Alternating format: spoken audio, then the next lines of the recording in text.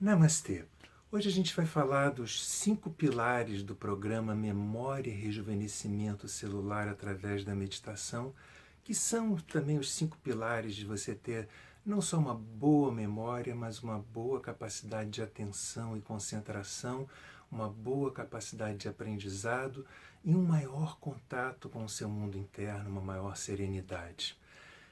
O primeiro desses 5 pilares é a meditação. A meditação, ela começa como é que se diz, a criar condições para a gente ter uma boa memória, uma boa qualidade de atenção, por uma razão primeira, porque ela trabalha todo o nosso sistema endócrino e faz que com isso a gente comece a soltar menos alguns hormônios que são nocivos para o corpo, ou melhor, soltar uma quantidade não agressiva para o corpo certos hormônios. A gente começa o programa com meditações ligadas ao terceiro chakra. E o terceiro chakra, ele administra as nossas glândulas suprarrenais. As glândulas suprarrenais são as responsáveis pelo nosso hormônio do estresse, o cortisol. O cortisol é um hormônio importante para que a gente tenha reflexos em certos momentos de perigo, para que a gente consiga responder a desafios extremos da vida, mas ele é um hormônio também muito corrosivo, né? Normalmente, quando a gente está numa situação de um desafio um pouco maior, a gente solta um outro hormônio menos nocivo, a adrenalina. A adrenalina é um hormônio que, inclusive, é importante para a memória, né? Porque ele é base da noradrenalina, que é um neurotransmissor importante. E a adrenalina, por exemplo, você está torcendo por um time de futebol, você solta adrenalina, que você está entusiasmado com aquilo. Você, como é que se diz, vai correr atrás brincando na praia, você solta adrenalina. Enfim, você vai correr para uma situação em desafios menores, você solta adrenalina. E até mesmo você está numa partida de futebol, você jogando numa partida de basquete, numa partida de vôlei, você tem que estar mais atento para ter uma performance melhor. É normal que você solte adrenalina para conseguir responder aquela exigência de mais reflexos seus frente aos desafios da vida. Mas tem certos momentos em que o desafio é muito grande e você, de repente, a adrenalina não basta. Por exemplo, se um leão ou um tigre começa a correr atrás de você, a adrenalina não vai ser o suficiente para você ter energia para conseguir correr do tigre. Nessa hora, você solta um outro tipo de hormônio. Suas suprarrenais soltam um hormônio chamado cortisol. O cortisol é aquele hormônio que faz, às vezes, com que você escute que uma mãe foi capaz de levantar um carro para tirar a criança de baixo, quando em condições normais ela nunca teria a capacidade de levantar esse carro, né? E às vezes é o hormônio que você solta na hora em que você, enfim, está quase sendo atropelado por um ônibus, de repente você tem a capacidade de correr dali sem saber de onde tirou toda aquela energia, né? Ele é um hormônio importante para o corpo. O problema é que há 4 milhões de anos atrás, quando o homem desceu das árvores, começou a andar com os próprios pés no chão, os nossos tataravós fizeram isso, né? O homem ainda não existia, mas enfim, os antepassados do homem, a gente soltava às vezes uma quantidade grande de cortisol, talvez 2 vezes na vida, o dia que tivesse que correr do tigre, ou o dia talvez em que uma mãe perdesse um filho pequeno e por isso tivesse um estresse muito grande. E na maioria das vezes em que a gente soltava o cortisol, a gente também eliminava pela própria atividade que o desafio provocava. Por exemplo, se você tem que correr do leão, você automaticamente elimina parte daquele cortisol no próprio exercício. Hoje em dia a gente vive numa situação de pressão constante, né? A maioria de nós. A pessoa chega no trabalho, o patrão dela estimula ela a concorrer com a pessoa da mesa ao lado, a bater uma meta, porque se ela não bater aquela meta, ela não vai ganhar o suficiente para pagar suas contas com dignidade. Ou as pessoas saem no meio da rua nas cidades grandes com medo de serem assaltadas, atravessam a rua. Se você vivesse, talvez, não sei, em Florença, né? Quando você fosse atravessar uma rua e viesse um ônibus, o ônibus vai parar automaticamente para te deixar atravessar. Numa cidade como o Rio de Janeiro ou São Paulo, não. Se você vai atravessar a rua, o ônibus vê que você está na frente, ele diz que desgramado, que filho da mãe, e ele acelera para mostrar quem é o poder ali, né? E você tem que sair da frente. Então isso faz com que a gente esteja o tempo todo criando cortisol. E o cortisol é um hormônio extremamente nocivo para a sua capacidade de atenção, para a sua capacidade de aprendizado e para a sua memória. Por quê? Porque o cortisol, a maneira como ele provoca energia, como é que se diz? Fazendo um rebuliço por onde ele vai passando, né? Ele arranca os átomos, né? Todo átomo tem em volta de si uma carga positiva e uma carga negativa girando em volta de si, né? Ele rouba a carga negativa do átomo que está na frente, esse átomo vai roubar do outro, vai roubar do outro, vai roubar do outro, vai roubar do outro, vai roubar do outro, e essa como é que se diz, a soltura de cargas elétricas aqui e ali vão desprendendo uma energia que te dão essa energia para esse reflexo maior. Só que com isso o cortisol se torna corrosivo. Por quê? Porque esses átomos, eles compõem as suas moléculas, que por si são os componentes, são quem formam as suas células, que por si são quem formam os seus tecidos, que por si são quem formam os seus órgãos, os seus músculos, que por si são quem formam o seu organismo. Então, quando o cortisol ataca o átomo que está na frente dele, e isso vem numa quantidade enorme de átomos que vão sendo desorganizados para que se solte mais energia, você acaba provocando um buraco numa célula, né? Então o cortisol, como se diz, ataca a memória e a capacidade de aprendizado e atenção de 3 maneiras principais. A primeira é que ele inibe a absorção de glicose pelas células cerebrais dentro do seu hipocampo. O hipocampo é a região onde você recebe informações é o grande processador de memória e com isso de aprendizado seu, né? É onde você recebe informação de várias direções e você redirige isso lá para o seu neocórtex cerebral, onde você vai guardar essas memórias depois para virarem memórias de longo prazo ou não, né?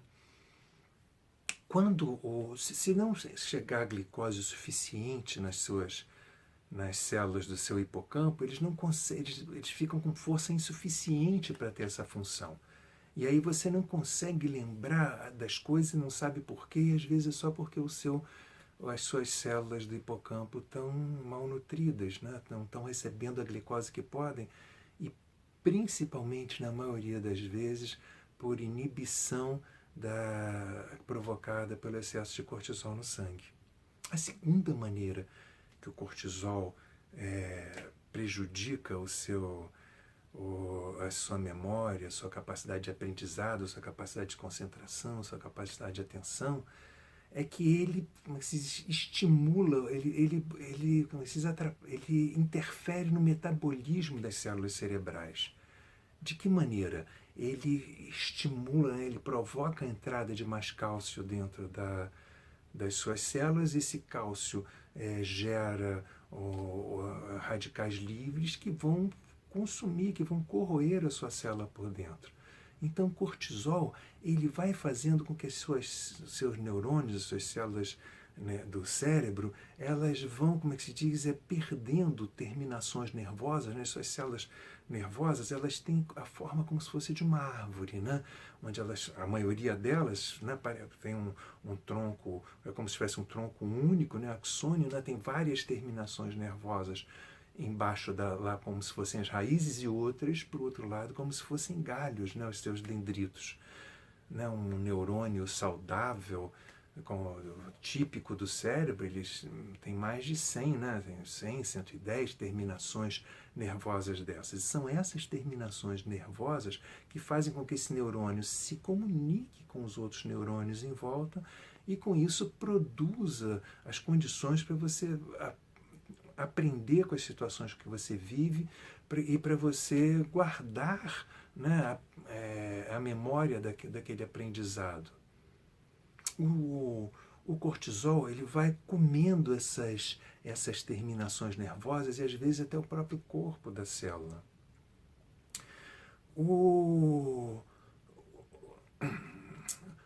A terceira maneira com que o hormônio do estresse, né, o cortisol, prejudica a sua memória é que ele, como se diz, ele não deixa com que os neurotransmissores façam o seu serviço de maneira adequada, né, de maneira satisfatória.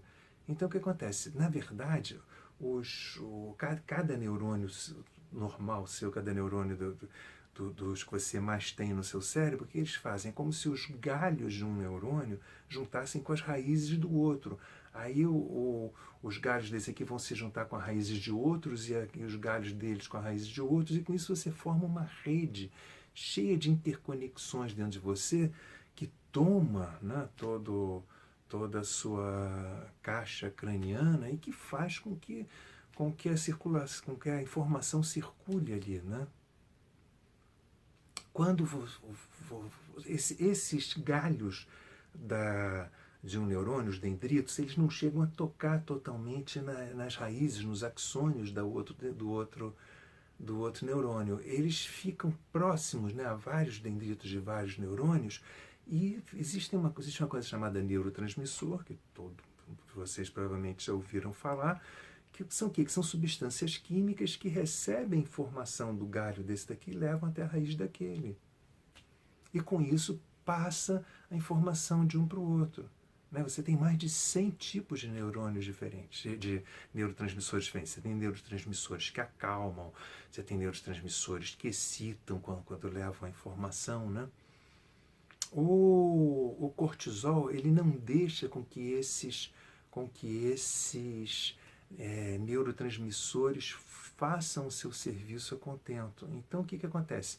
Mesmo você tendo uma informação lá bem guardada na sua memória permanente, na sua reserva de memória dentro de você, se essa informação não consegue viajar dentro de você, ela não consegue chegar até a sua mente consciente que está buscando aquela informação dentro de você. Então você está querendo buscar o nome daquela coisa, o que é mesmo uma vitamina? Não, um aminoácido, mas o nome aminoácido não vem para você de jeito nenhum, porque te faltam esses mensageiros entre as células cerebrais, entre os neurônios, que são os neurotransmissores.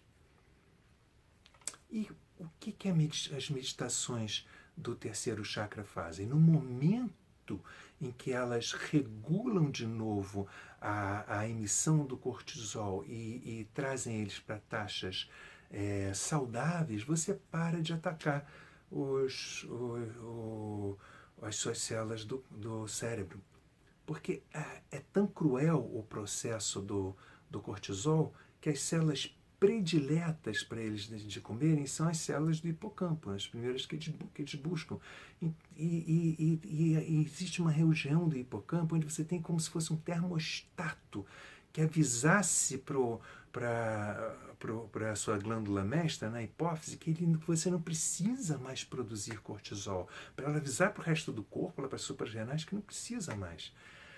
O cortisol, das primeiras regiões que ele come, é justamente a região onde ficam essas células desse termômetro, desse termostato, e com isso o seu corpo não fica sabendo que a situação de perigo já passou e que você não precisa mais comer cortisol, né, de produzir cortisol. Então o que acontece? Você começa a produzir permanentemente cortisol depois de um tempo exposto a um estresse constante, e aí depois você já fica estressado sem saber porquê. Você diz assim, puxa, não está acontecendo nada na minha vida agora para estressar, eu trabalhei tanto para me aposentar, agora eu estou aposentado, e aí? Estou aqui estressado, né? Ou o outro vai lá, passa as férias, depois volta para o Rio de Janeiro para estudar, ou para São Paulo, ou para a sua cidade para estudar para o seu vestibular, mas mesmo assim volta estressado e não sabe porquê, e não consegue produzir direito naquilo que está fazendo. Por quê? Porque ele perdeu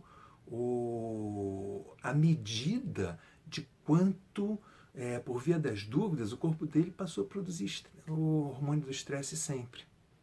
Então, as meditações ligadas ao terceiro chakra, elas reorientam o chakra, e as meditações ligadas à pineal reorientam a hipófise no sentido de como é que se diz, de passar a ter uma leitura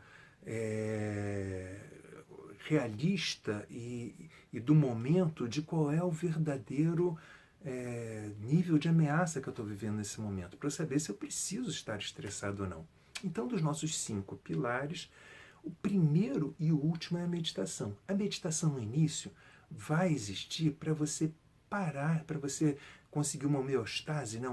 Um equilíbrio interno nas funções do seu corpo e parar de produzir agentes nocivos para si próprio.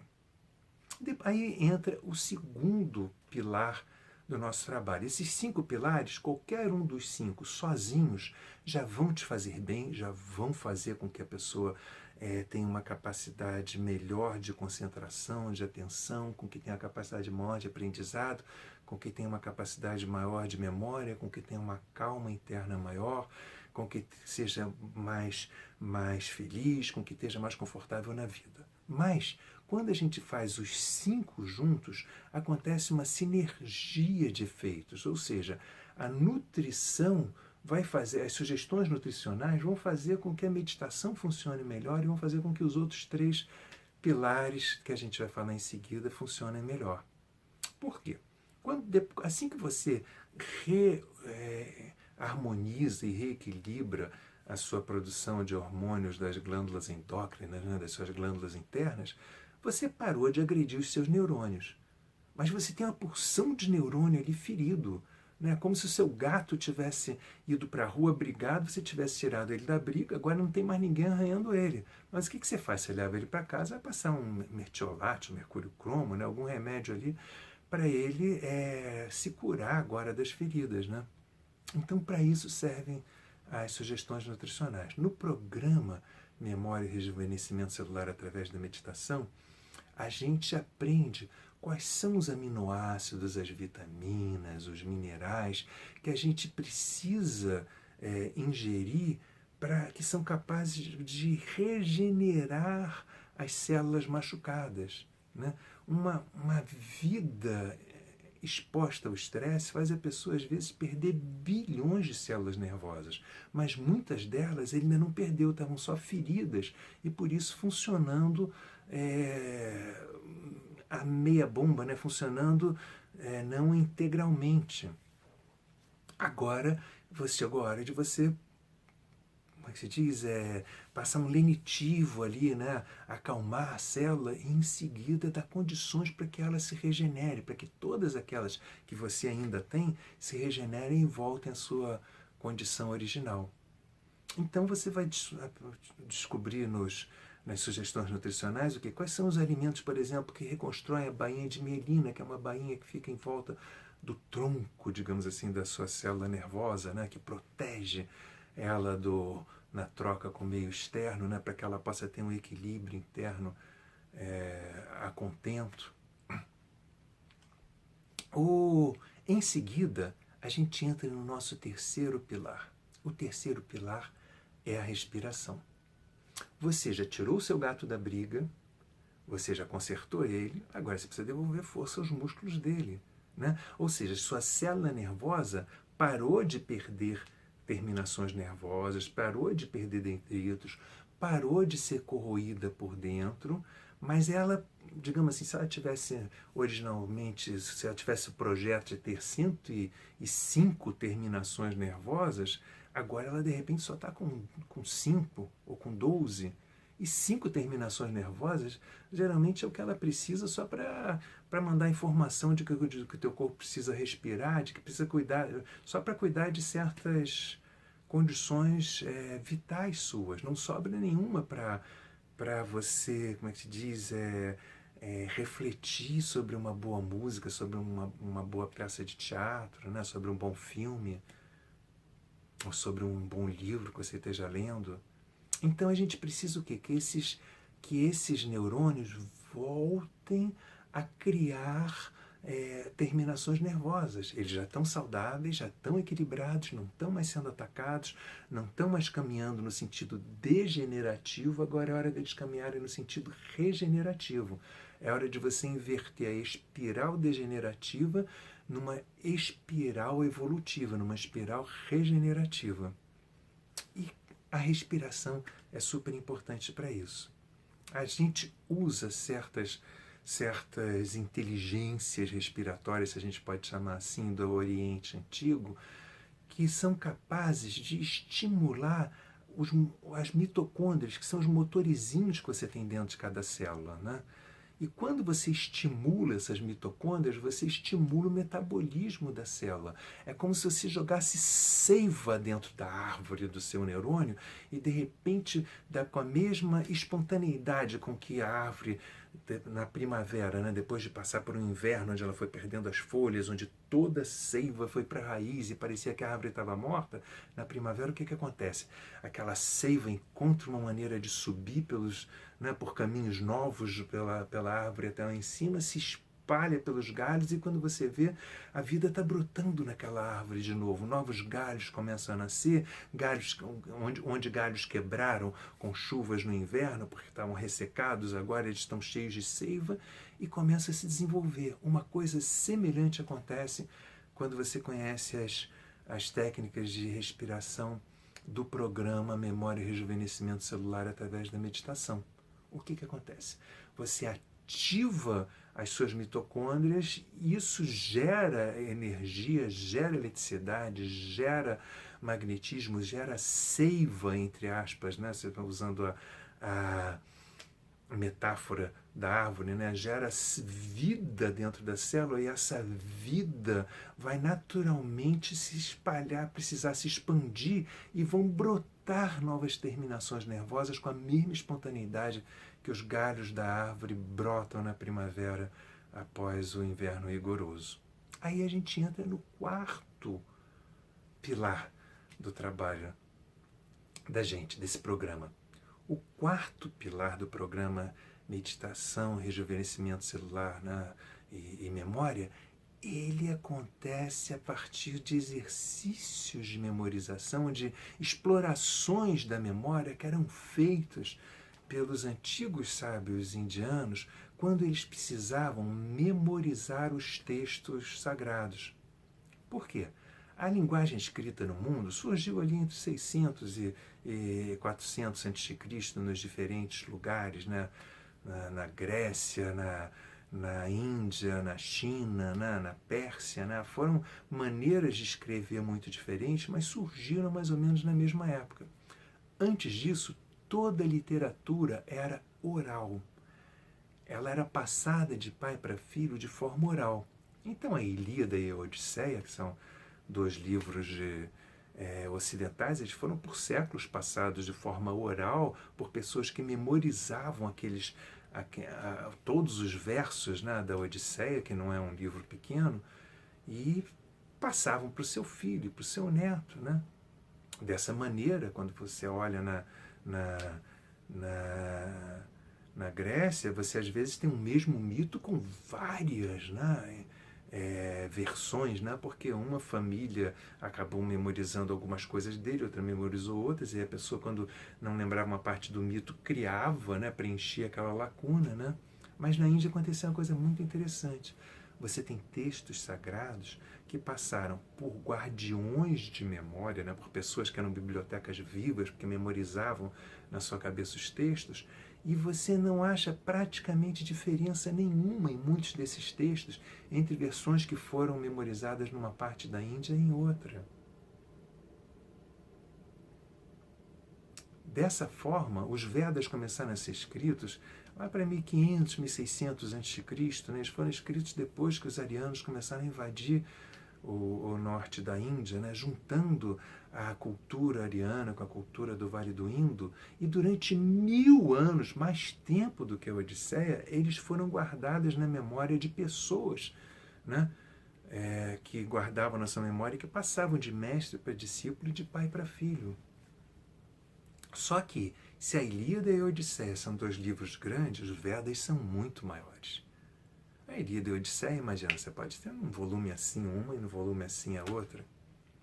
Os Vedas, eles ocupam mais do que uma sala de estar de uma casa normal. Uma boa parte das salas das famílias no planeta Terra não caberiam os Vedas todos. É uma literatura muito extensa. Só Mahayana são 10.000 páginas. Né? Né? É uma quantidade enorme de coisas. Então, algumas pessoas passaram durante esses 1.000 anos, de 1500 a.C. até 1000, dedicando a vida a memorizar, a aprofundar o entendimento daquilo, sendo que a Ilíada e a Odisseia se utilizavam da métrica e da rima para guardar a informação, porque aí o sujeito ficou ali com 10 sílabas em vez de 11 e diz assim, não, peraí, deixa eu ver o que eu esqueci aqui. Ele conseguia reconstituir de uma certa forma o conhecimento ali. Na Índia, muitas vezes não tem essa métrica. Para memorizar esses Vedas, às vezes o sujeito passava uma vida inteira guardando, né? Ou seja, ele não precisava ter uma memória boa só aos 18 anos, ele tinha que ter uma memória boa aos 90, se ele vivesse até os 90, aos 100, se ele vivesse até os 100. Porque com 18 anos ele não tinha lido uma grande quantidade daquelas obras, ele não tinha chegado a memorizar uma grande quantidade.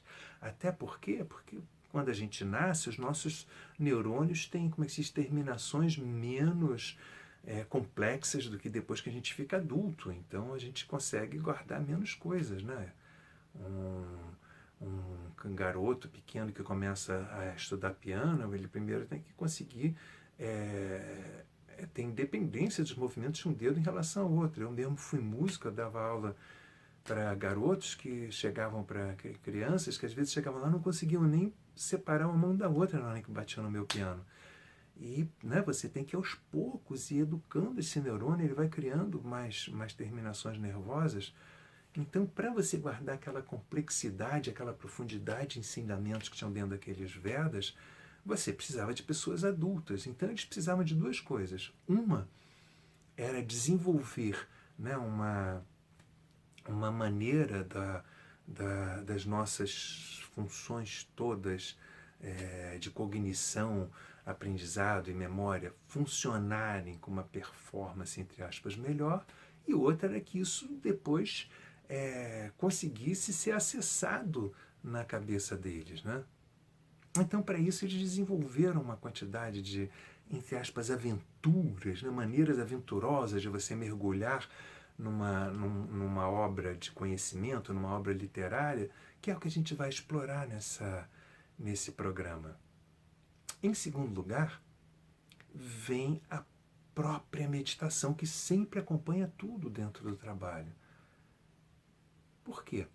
A meditação, ela devolve a nossa capacidade de atenção e concentração aos mesmos níveis de quando a gente era criança e tinha a capacidade de se mobilizar tanto por um brinquedo, por uma situação, que às vezes a gente escutava uma coisa da mãe e não esquecia mais. Uma criança recém-nascida, pequena, aprende uma língua que nunca falou e depois fala sem sotaque nenhum. A gente, depois de adulto, quando aprende, puxa, volta 50 vezes no dicionário para rever a mesma palavra e depois fala com sotaque. Por quê? Porque alguma coisa piorou na nossa capacidade de atenção, na nossa capacidade de estar inteiro atento. Porque a gente, depois de adulto, a gente já tem tantos interesses que a gente se envolveu na vida, tantas coisas que nos excitaram, que aí tem vetores dentro da gente de pensamento, de eletricidade, andando nessa direção, nessa direção, nessa direção. A gente tem um engarrafamento interno que essas coisas se chocam. Quando você começa a meditar, uma coisa muito interessante acontece. As suas ondas cerebrais, elas todas se alinham, é como se elas ficassem escovadas e você consegue direcioná-las todas para uma mesma atividade. Eu tive uma grande sorte nos anos 90, porque um empresário europeu veio aqui no Rio de Janeiro, jantou comigo um dia e me propôs ser representante de uma maquininha que na época era era moda que se chamava máquina de meditação, né? Tinha a Mega Brain, tinha a Dreamer, né? Tinha várias delas que eram máquinas que pretendiam alinhar as suas ondas cerebrais e levar essas ondas cerebrais a ondas mais calmas, que é o que a meditação faz. Então, por isso se chamava de máquina de meditação, embora ela não te leve obrigatoriamente à meditação, mas aquela calma da meditação você conseguia realmente, muitas vezes, quando estava fazendo.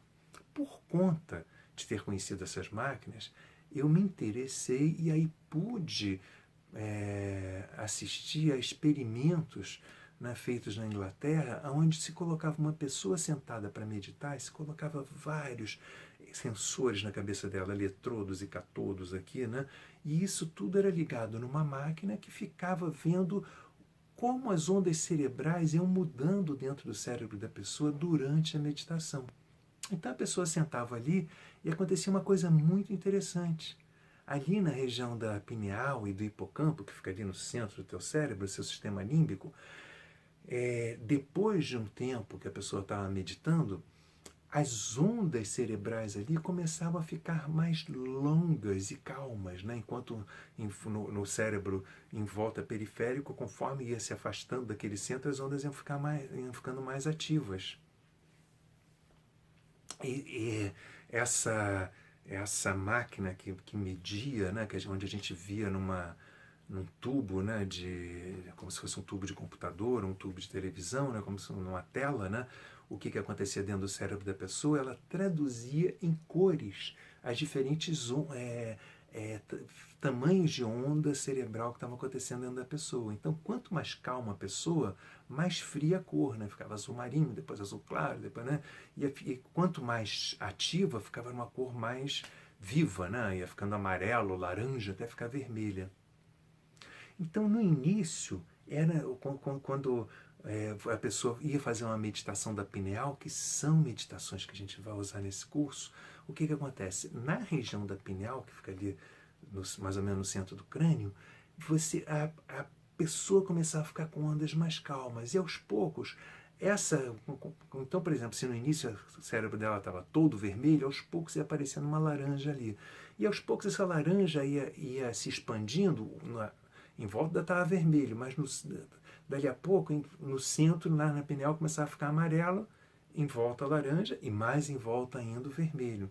Dali a pouco, esse amarelo ia ficando, como é que se diz, verde, mas aí em volta do verde tinha amarelo, dali a pouco ia ficando, como é que se diz, esse verde ia ficando azul, mas em volta do azul tinha uma região verde, ou seja, que ainda estava um pouco mais ativa, ondas um pouco mais excitadas, depois em volta desse verde, né, o amarelo, em volta do amarelo laranja, e na periferia, e nessa hora o vermelho já começava a sumir. Então o laranja já era a onda mais excitada que a pessoa tinha na cabeça. Até quando chegava no final da meditação, os últimos 15 minutos, o cérebro inteiro estava azul marinho.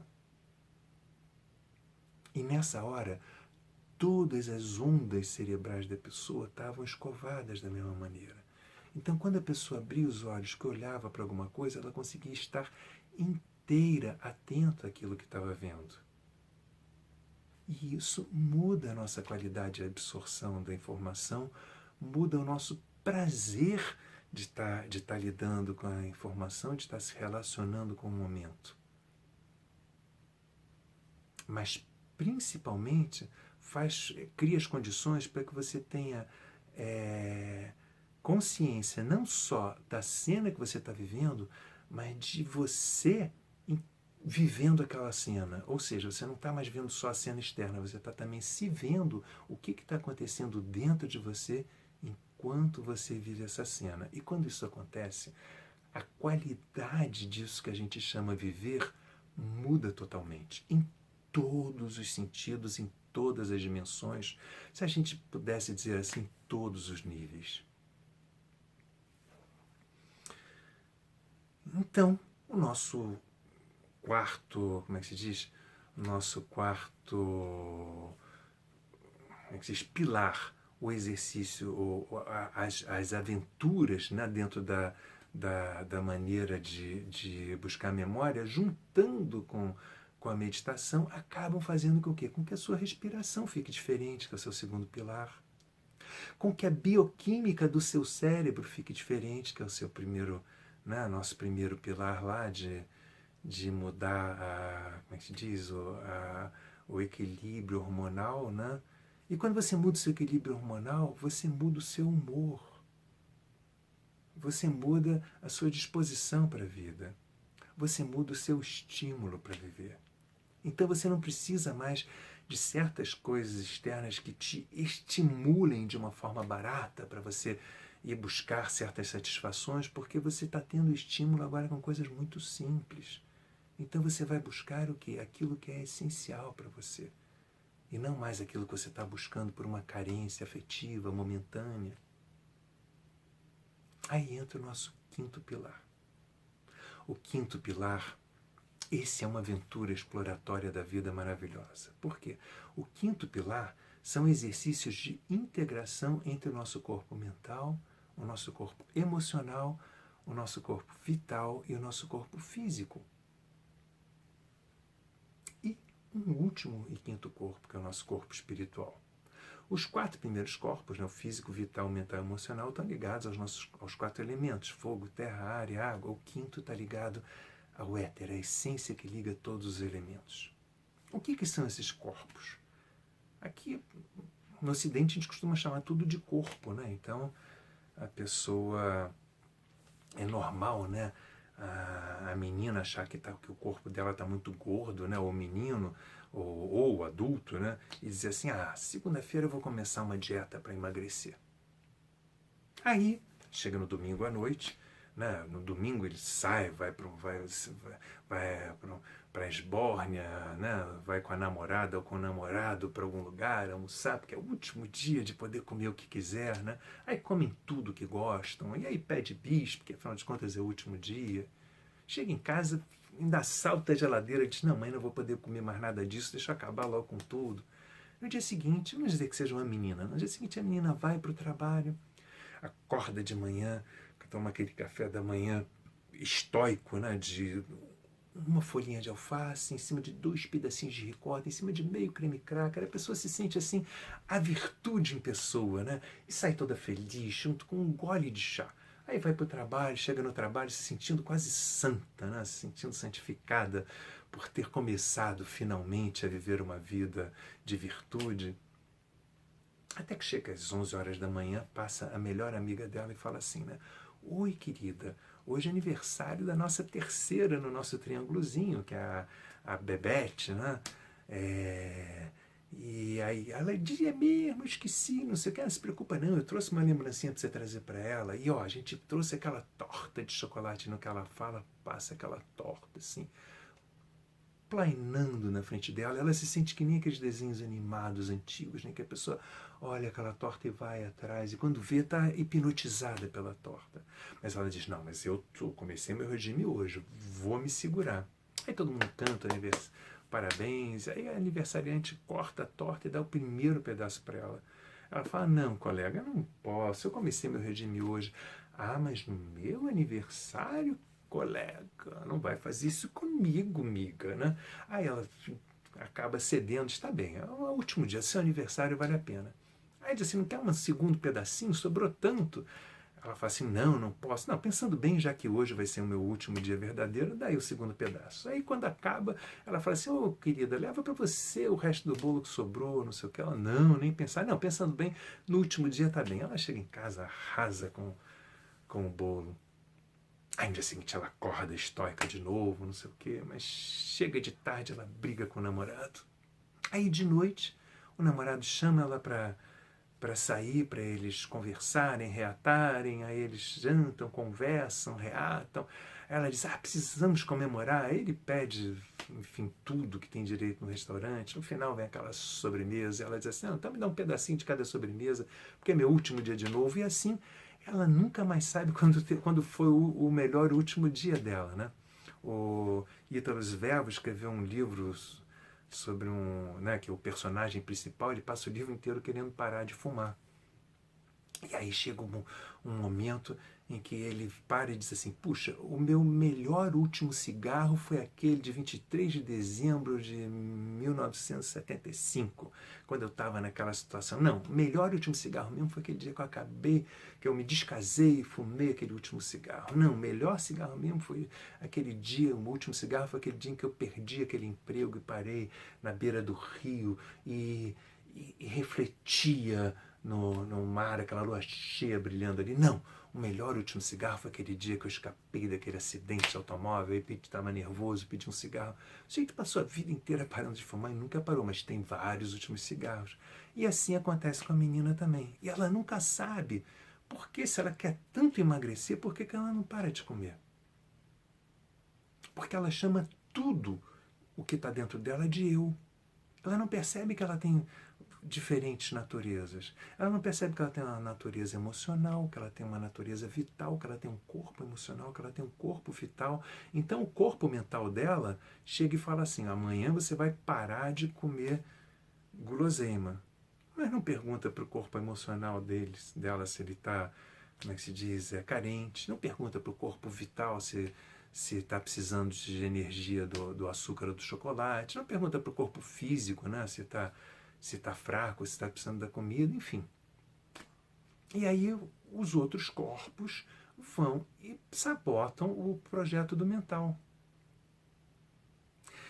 Eu, particularmente, vivi muito em conflito quando eu era garoto no colégio, porque eu queria chegar na hora no colégio, mas eu não conseguia acordar de manhã. Até que um dia, eu adorava futebol, eu jogava futebol a tarde inteira sempre, e aí eu sempre torcia pelo Fluminense, mas eu gostava principalmente de bons jogos. E naquela época a seleção brasileira estava numa fase muito boa, e teve um dia que tinha um jogo fora do Brasil às 4 da manhã na televisão. Eu botei o despertador para as 5 para as 4, sabendo da minha incapacidade total de acordar às 7 horas para ir para o colégio. Então, quem dirá às 4 para ver um jogo de futebol? Mas eu queria muito. Eu inteiro queria aquilo. Quando deu 15 para as 4, eu acordei antes do despertador. Aí eu descobri que sempre que tinha jogo, eu não precisava de despertador para acordar. Algum despertador dentro de mim acordava. Por quê? Porque quando eu pensava em ir para o colégio, a minha cabeça achava que realmente tinha que ir, mas eu não perguntava para as outras minhas partes. Então tinha uma parte que queria, um corpo meu que queria e outro que não queria. Quando era para ver um bom jogo de futebol, todas as minhas partes queriam. Então, o quinto pilar da gente é onde a gente vai fazer exercícios de integração entre os corpos. E aí você vai descobrir como você é capaz de ter uma performance melhor, porque você vai, os teus corpos vão aprender a conversar entre si. O mental, em vez de decidir que você tem que acordar cedo para fazer meditação, né? Porque é assim, a pessoa descobre a maravilha que é a meditação, ela fala, todo dia acordo 7 horas para o trabalho, amanhã eu vou acordar às 6 e medito. Aí quando chega de manhã, eu toco o despertador, ela vai lá e bate. Ela fala, não, amanhã eu começo. Aí amanhã eu começo. E ela nunca sabe quando vai chegar o dia, ou amanhã, que ela realmente vai começar. E se ela começa um dia, no outro dia ela abandona. Por quê? Porque a cabeça dela, o corpo mental, decidiu que era importante meditar, mas não perguntou para os outros, não conversou com eles, não explicou, não contou, não fez com que eles vissem o que seria a experiência da meditação. Se os outros corpos todos realizam aonde eles podem chegar como, né, como realização, né, para ser pleonástico, né, ou como integridade de vida, ou como satisfação, ou como prazer, ou como felicidade, né, ou como sentimento de plenitude por estar dentro daquela prática. Imagina, você vai acordar sozinho às 10 para 6 da manhã, e vai sentar e vai meditar, e vai achar ruim quando acaba a hora dela, porque você começou a ver, todas as suas partes participaram e viram o ganho que você estava tendo ali. Quando só uma vê, elas brigam entre si, porque cada uma tem as suas necessidades, cada uma está achando que quer isso, que quer aquilo. Quando você integra essas partes todas, não só você para de brigar entre si, mas como você aumenta a sua capacidade de concentração, de atenção e de aprendizado por uma razão. Porque você passa a aprender com todos os seus sentidos. Os seus diferentes corpos, um está ligado mais à sua visão, outro está ligado mais à sua audição, outro está ligado mais ao seu olfato, né? Outro está ligado mais ao seu tato, outro está ligado mais ao seu paladar. E você tem um aprendizado com cada um desses sentidos, você tem uma memória ligada a cada um desses sentidos, e você tem uma capacidade de processar as suas experiências diferentes com cada um desses sentidos. Cada um de nós acaba processando prioritariamente num sentido, e sem perceber. A pessoa não percebe se ela é mais visual, se ela é mais auditiva, se ela é mais olfativa, geralmente, durante uma vida inteira. Quando você integra os 4 corpos, né, e depois o 5º espiritual, acontece uma coisa muito interessante. Você passa a distribuir a sua percepção e perceber mais equilibradamente com os seus diferentes sentidos. Então, primeiro você aprende, sua memória melhora a beça, por quê? Porque você guarda todas as 5 informações dos 5 sentidos com a mesma importância dentro de você. Então fica mais fácil você recuperar o aprendizado. Então você não vai mais 30 vezes no dicionário quando está aprendendo uma língua. Por quê? Porque você guardou aquela experiência com o seu ser integral. É mágico. É mágico. Mas é extremamente óbvio. E é extremamente bacana.